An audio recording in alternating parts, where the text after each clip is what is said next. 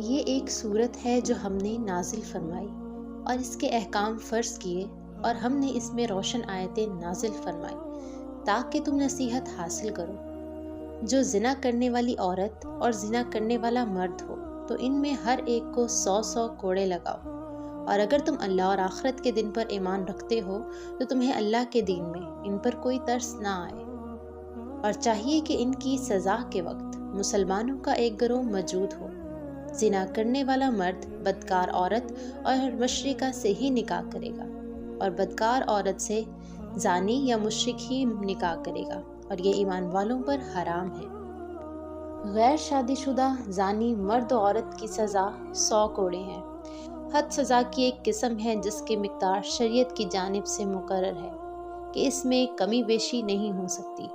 نیز حد جاری کرنے کا اختیار حاکم اسلام کو یا اسے ہے جسے حاکم اسلام نے اس کام کے لیے مقرر کیا ہے۔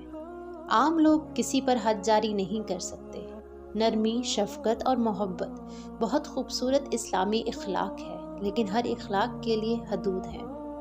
نرمی اور شفقت کے نام پر اسلامی سزاؤں پر عمل درآمد کو روکنا حرام ہے۔ ایسی نرمی خدا سے جنگ کے مترادف ہے۔ رسول اللہ صلی اللہ علیہ وآلہ وسلم نے بھی فرمایا کہ اللہ تعالیٰ کی حدود کو قریب و بعید سب میں قائم کرو، اور اللہ تعالیٰ کا حکم پورا کرنے میں ملامت کرنے والوں کی ملامت تمہیں نہ روکے۔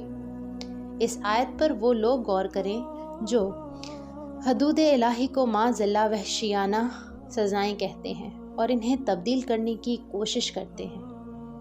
ابتدائے اسلام میں زانیہ عورت سے نکاح کرنا حرام تھا، بعد میں یہ حکم منسوخ کر دیا گیا، یا پھر آیت کا مطلب ہے کہ زنا مومنوں پر حرام رکھا گیا ہے۔ اس صورت میں یہ حکم منسوخ نہیں۔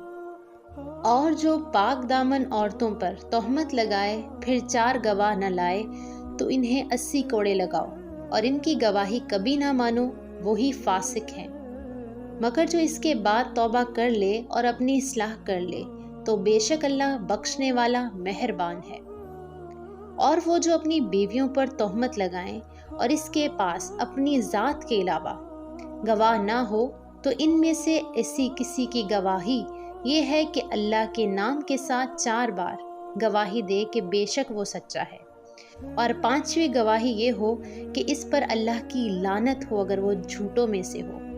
اور عورت سے سزا کو یہ بات دور کرے گی کہ اللہ کے نام کے ساتھ 4 بار گواہی دے کہ بے شک مرد جھوٹوں میں سے ہے، اور 5ویں بار یوں کہ عورت پر اللہ کا غضب ہو اگر مرد سچوں میں سے ہو۔ اور اگر اللہ کا فضل اور اس کی رحمت تم پر نہ ہوتی، اور یہ کہ اللہ بہت توبہ قبول فرمانے والا، حکمت والا ہے، تو وہ تمہارے راز کھول دیتا۔ یہاں پاک دامن عورتوں سے مراد وہ ہیں جو مسلمان، مکلف، آزاد اور زنا سے پاک ہو۔ نیز یہاں صرف عورتوں کا ذکر مخصوص واقعے کے سبب سے ہوا، یہ اس لیے زیادہ تر عورتوں پر ہی تہمت لگائی جاتی ہے، اور پاک دامن مرد پر بھی زنا کی تہمت کی سزا 80 کوڑے ہیں۔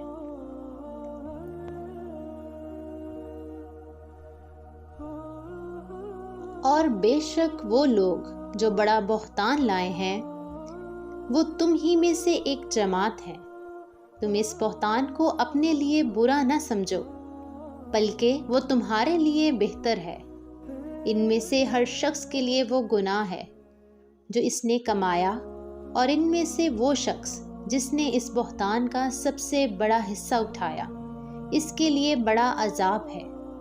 ایسا کیوں نہ ہوا کہ جب تم نے یہ بہتان سنا تو مسلمان مرد اور مسلمان عورتیں اپنے لوگوں پر نیک گمان کرتے اور کہتے یہ کھلا بہتان ہے، اس پر 4 گواہ کیوں نہ لائے؟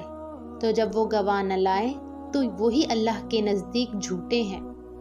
اور اگر دنیا اور آخرت میں اللہ کا فضل اور اس کی رحمت تم پر نہ ہوتی تو جس معاملے میں تم پڑ گئے تھے اس پر تمہیں بڑا عذاب پہنچتا۔ بڑے بہتان سے مراد ام المؤمنین حضرت عائشہ صدیقہ رضی اللہ تعالیٰ عنہا پر تہمت لگانا ہے۔ یہاں بہتان سے بچنے والوں سے فرمایا گیا کہ تم اس بہتان کو اپنے لیے برا نہ سمجھو، بلکہ اس سے بچنا تمہارے لیے بہتر ہے کہ اللہ تعالیٰ تمہیں اس پر جزا دے گا، اور ام المؤمنین حضرت عائشہ صدیقہ کی شان اور ان کی بارات فرمائے گا۔ بعض مسلمانوں کو اس معاملے میں بدگمانی ہوئی تھی، لیکن حضور اقدس صلی اللہ علیہ وآلہ وسلم کو ہرگز نہ تھی، بلکہ آپ صلی اللہ علیہ وآلہ وسلم کو یقینی طور پر حضرت عائشہ صدیقہ رضی اللہ تعالیٰ عنہ کی پاک دامنی معلوم تھی، جیسا کہ بخاری میں ہے کہ حضور صلی اللہ علیہ وآلہ وسلم نے قسم کھا کر فرمایا، میں اپنے اہل خانہ کے متعلق صرف خیر ہی جانتا ہوں۔ حدیث کے واضح فرمان کے باوجود جو حضرت محمد صلی اللہ علیہ وآلہ وسلم کی طرف بدگمانی کی نسبت کرے وہ جھوٹا بہتان تراش اور بد باطن ہے۔ یہاں جھوٹے ہونے سے ظاہر اور باطنی طور پر جھوٹا ہونا مراد ہے، اور اگر بالفرض وہ اپنے بہتان پر گواہ لے بھی آتے تو ظاہر جھوٹے نہ رہتے، اگرچہ در حقیقت پھر بھی وہ ان کے سارے گواہ جھوٹے ہوتے۔ جب تم ایسی بات ایک دوسرے سے سن کر اپنی زبانوں پر لاتے تھے اور اپنے منہ سے وہ بات کہتے تھے جس کا تمہیں کوئی علم نہ تھا اور تم اسے معمولی سمجھتے تھے، حالانکہ وہ اللہ کے نزدیک بہت بڑا تھا، اور کیوں نہ ہوا کہ جب تم نے اسے سنا تھا تو تم کہہ دیتے کہ ہمارے لیے جائز نہیں کہ یہ بات کہیں۔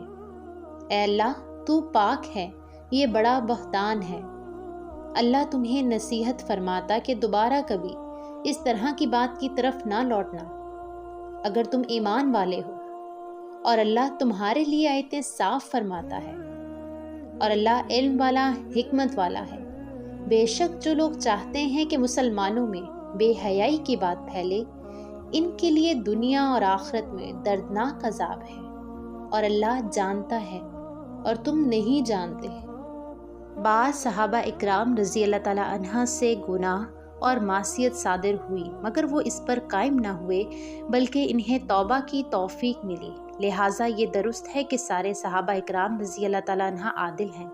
قرآن مجید میں اللہ تعالیٰ نے تمام صحابہ سے جنت کا وعدہ فرمایا اور ان سب کو اپنی رضا کا مسردہ سنایا، اور یہ بات ظاہر ہے کہ اللہ تعالیٰ فاسق سے راضی نہیں ہوتا اور نہ اس سے جنت کا وعدہ فرماتا ہے۔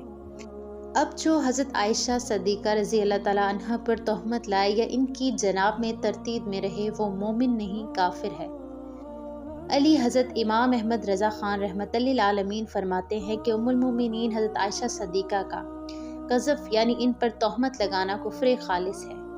اشاعت سے مراد تشہیر کرنا اور ظاہر کرنا، جبکہ آیت میں فاحشہ سے وہ تمام اقوال اور فعل مراد ہیں جن کی قباحت بہت زیادہ ہے۔ بے حیائی پر مشتمل گانے، ڈرامے، فلمیں، کتابیں، میوزک، مخلوط پروگرام، ویب سائنس، ٹی وی چینلز، یونی میوزک و بے حیائی پر مشتمل مخلوط جلسے جلوس کرانے والے سب اس آیت میں داخل ہیں۔ اور اگر اللہ کا فضل اور اس کی رحمت تم پر نہ ہوتی، اور یہ کہ اللہ نہایت مہربان رحم فرمانے والا ہے، تو اس عذاب کا مزہ چکھتے۔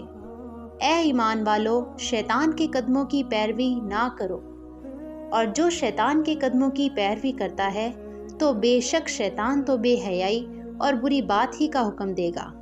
اور اگر اللہ کا فضل اور اس کی رحمت تم پر نہ ہوتی تو تم میں سے کوئی شخص بھی پاکیزہ نہ ہوتا، البتہ اللہ پاکیزہ فرما دیتا ہے جس کو چاہتا ہے، اور اللہ سننے والا جاننے والا ہے۔ اور تم میں فضیلت والے اور مالی گنجائش والے یہ قسم نہ کھائیں کہ وہ رشتہ داروں اور مسکینوں اور اللہ کی راہ میں ہجرت کرنے والوں کو مال نہ دیں گے، اور انہیں چاہیے کہ معاف کر دیں اور درگزر کریں۔